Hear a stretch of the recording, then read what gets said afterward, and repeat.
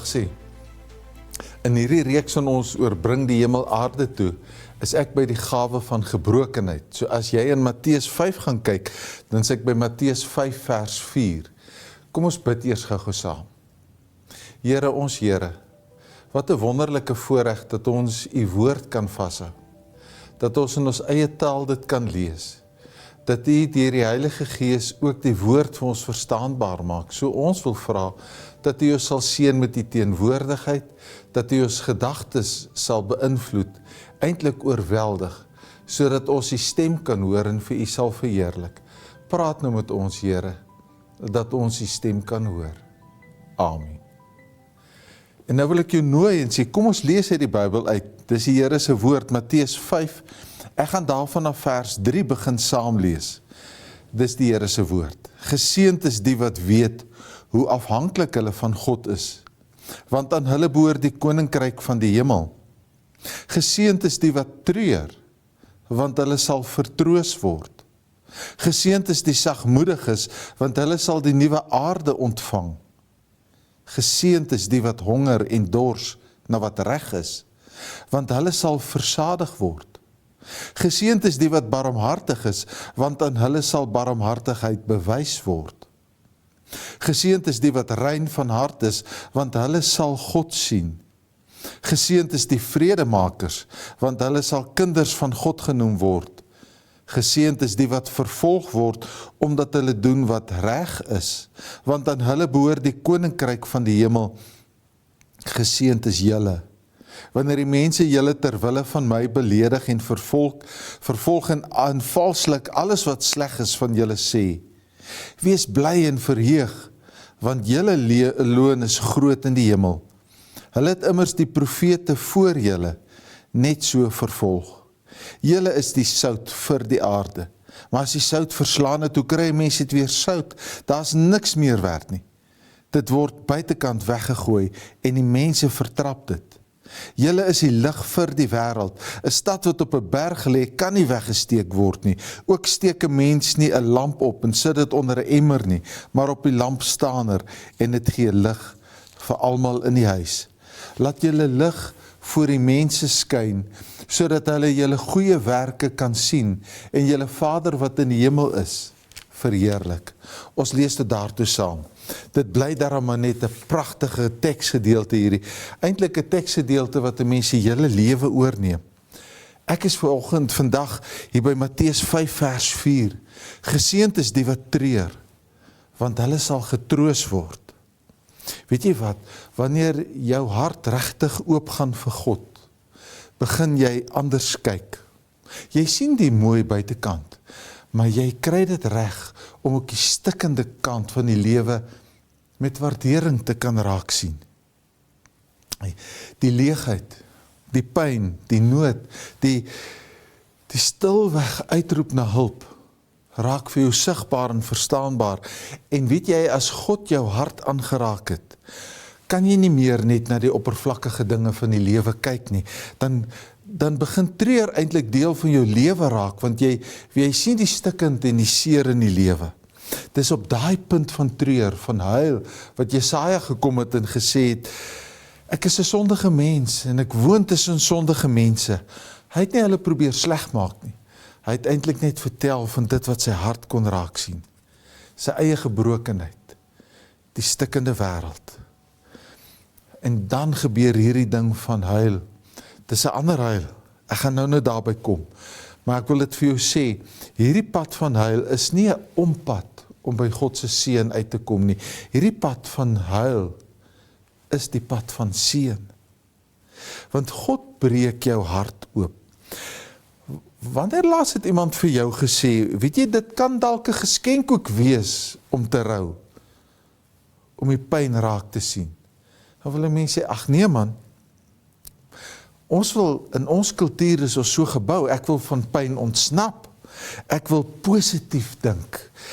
Jy weet, daai ou gediggie, die kelkie sonder voet, glimlag op die gesig, maar het huil in my gemoed. Ons is so, ek wil positief wees, ek wil glimlag, ek wil besig bly dat ek nie dink aan die swaar en die seer nie, ek wil nie lank huil nie. Ons as Christene sal by mekaar kom en 'n drukkie gee en sê, hou moed, God is goed. En dan kom God na ons toe en hy sit jou op 'n bank neer en hy sê vir jou, geseënd is jy wat treur, wat nie alles reg kry nie, wat nie altyd sterk lyk nie, wat kan huil. Die woord wat Jesus hier gebruik vir rou of vir treur, is die woord met die meeste intensie wat ons kan bepaal. Dis die woord wat sê, jy het jou geliefde verloor. Die lewe is besig om die asem uit jou longe uit te druk. Ek is werklik gebreek. En God noem dit geseënd. Geseënd is hulle wat die gebrokenheid as 'n werklikheid sien. Dr. Koenie Burger doen nogal baie daarmee dat hy sê, ons probeer wegvlug van lyding af. Ons maak 'n geraas, ons bly besig, ons soek afleiding, ons is selfs bang vir stilte, want nou kom die pyn weer terug en die lyding is weer by my. En die werklikheid is stikkend. Ons het hierdie grenslose nood in ons werklikheid. Mense is eensaam. Mense het depressie. Mense het verlies. Mense het vrees en skuld. Families breek uit mekaar uit. Nasies veg in oorlog teen mekaar. Ons leef en sterf baie keer sonder hoop. Met hierdie bang hart. Ek is so bang iemand gee nie om my. Ek is so bang ek eindig alleen. Ek is so bang ek gaan nie genoeg wees nie. En die hemel breek deur in die aarde, sê Jesus, wanneer ons nie meer perfekte mense is nie, wanneer ons in stikkende plekke staan as stikkende mense, en sy troos verskyn. Jy weet, daar's 3 soorte rou. Jesus het juis hierdie teksgedeelte geseënd is hulle wat treur, so wyd gestel, want daar's 3 forme wat ons kan raak sien. As ek kan rou oor my eie sondigheid, dan hou ek op om voor te gee.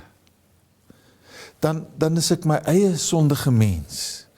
En dan staan ek met my gebroke hart voor God wat hartseer is oor sonde. En God kan genesing in my eie hart bring. 2 Korintiërs 7, en jy moet dit gaan lees, dit is so mooi, vertel hy dat die goddelike droefheid bring juist bekering in ons hart. Richard Rowe het gesê, God het nie so baie te maak met ons skadukant, ons het almal 'n donker kant. Maar hy spreek ons egos aan. En dis wat 2 Korintiërs 7 doen. As ek my ego laat broos word en nietig word voor God, dan gee sy gees my 'n nuwe mens wees. Dan is die nietiging wat in my lewe plaasvind, eintlik 'n opbou van Christendom. Saam met die rou oor my eie sonde is daar ook die rou oor ander se pyn. Toe Jesus Maria en Martha se pyn kon sien oor Lazarus se dood, het hy gehuil. Selfs het hy vir Lazarus uit die dood kom opwek. Om te kan huil, omdat ek nie al die antwoorde het nie. Om te kan huil oor die teenwoordigheid van pyn. Om bereid te wees om saam met iemand anders te huil. En dan is daar die 3de vorm, as ek kan rou oor die noodtoestand van die wêreld. As jy na Jesaja 61 gaan kyk, en Jesus haal jy so Jesaja 61 aan, as ek kan wakker lê in die nag oor verlore gaande mense op hierdie aardbol, as ek kan wakker lê en regop sit oor onreg wat in my wêreld gebeur, as ek swaar dra oor die toestand van families en gesinne en huwelike, dan sê Jesus, julle is geseënd. As jou hart breek, saam met God se hart wat breek. So wat doen 'n mens aan gebrokenheid? Dood eenvoudig. Ek vlug na God toe. Wanneer ek my gebrokenheid en my nietigheid besef, vlug ek na God toe. En weet jy wat sê God dan? Hy sê, moenie bang wees nie. Karl Barth het gesê, jy kan die evangelie opsom met die woorde, moenie bang wees nie. Want dan skuil ek by God, Psalm 34, die Here is naby hulle wat gebroken is. Die wêreld sê, steek weg jou pyn. God sê, bring dit na my toe. Ek sal die haweloses by my troos. So ek vlug na God toe. Maar dan stuur God my terug in hierdie wêreld in en hy sê, gaan tree in hierdie stikkende wêreld in en bring my lig na die nasies toe, gaan wees die sout van genesing tussen mense. Nie met die mag van hardheid nie, maar met sagmoedigheid, met liefde, met God se teenwoordigheid. Die wêreld ken veerkragtigheid, ek hoef jou daarvan niks te vertel nie, maar die wêreld verstaan nie van 'n stikkende mens, wat afhanklik is van God, en dan in volle vrede en vreugde kan leef, want so 'n mens bring die hemel aarde toe. Waarom is gebrokenheid dan 'n geskenk? Ons kan so maklik vra, regtig 'n geskenk? Ja, weet jy wat? Dit laat pretensie sterf. Dit breek die masker van ons gesigte af. Ons hou op voor te gee, om net altyd nuwe make-up aan te sit. En ons ontmoet God in eerlikheid. En omdat ons God in eerlikheid ontmoet, kom God na ons toe. Nie omdat ek die sterkste is, nie omdat ek so gepoleer is nie, maar omdat ek my eie gebrokenheid ontdek. En dan sê God, my liewe kind, as jy die stikkende kleipot is, dan word my krag regtig sigbaar deur jou krake. En God word sigbaar, want ek straal dan sy genade uit.